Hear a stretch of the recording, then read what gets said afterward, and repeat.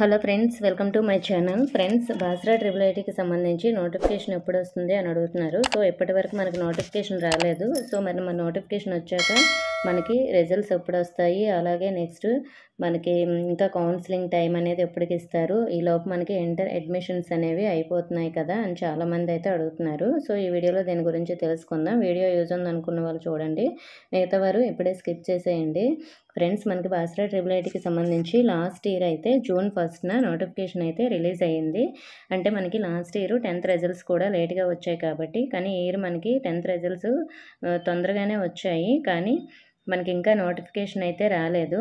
So మరి మనకి ఈ నోటిఫికేషన్ అనేది మ్యాక్సిమం ఎప్పుడు రావచ్చు అంటే నెక్స్ట్ వీక్లో రావచ్చు, లేదంటే May 26 31 మధ్యలో అయినా రావచ్చు. మ్యాక్సిమం మనకి నెక్స్ట్ వీక్లో ఏదో ఒక అప్డేట్ అయితే రావచ్చు.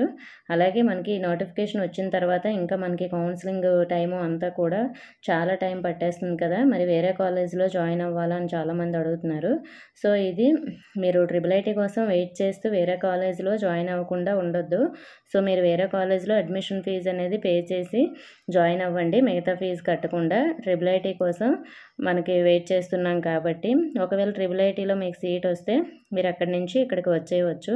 సో అంతవరకు ట్రిపుల్ ఐటీలో సీట్ వస్తుందో లేదని కన్ఫర్మ్ కాదు కాబట్టి, ఇక్కడ బయట మనకి తొందరగా క్లాసులు అనేవి స్టార్ట్ అయిపోతాయి కాబట్టి ఓన్లీ అడ్మిషన్ ఫీజు పోతే పోయిందని బయట కాలేజీలో జాయిన్ అవ్వండి. సో చాలా తక్కువ మార్క్స్ ఉన్న వాళ్ళైతే జాయిన్ అవ్వండి. కొన్ని క్లాసులకి 10 పాయింట్స్ జీపీఏ వచ్చిన వాళ్ళకైతే మ్యాక్సిమం ఛాన్స్ ఉంటుంది కాబట్టి వాళ్ళైతే హోప్స్ పెట్టుకొని వెయిట్ చేయాలనుకుంటే చేయండి. మనకి బాగా తక్కువ మార్క్స్ ఉన్న వాళ్ళు మాత్రం వెయిట్ చేయొద్దు. అలాగే బాసరా ట్రిపుల్ ఐటీకి మనకి కౌన్సిలింగ్ కూడా చాలా ఎక్కువ జరుగుతాయి. లాస్ట్ ఇయర్ కూడా చాలా ఎక్కువ పేజెస్ అయితే జరిగాయి. సో మరి మనకి ట్రిపుల్ ఐటీ కోసం వెయిట్ చేస్తూ లాస్ట్ పేజ్లో వస్తుందని వెయిట్ చేస్తే మనకు 2-3 మంత్స్ అయితే పట్టేస్తుంది.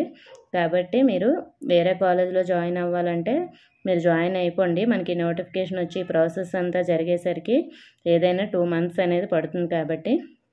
ఓకే ఫ్రెండ్స్, మీకు అర్థమైంది అనుకుంటున్నాను. ఇంకా ఏమైనా డౌట్స్ ఉంటే కామెంట్ చేయండి. ఇన్ఫర్మేషన్ నచ్చితే వీడియోని తప్పకుండా లైక్ చేసి మీ ఫ్రెండ్స్కి కూడా షేర్ చేయండి. మన ఛానల్ కొత్తగా చూస్తున్న వారు సబ్స్క్రైబ్ చేసుకోండి. Thank you for watching.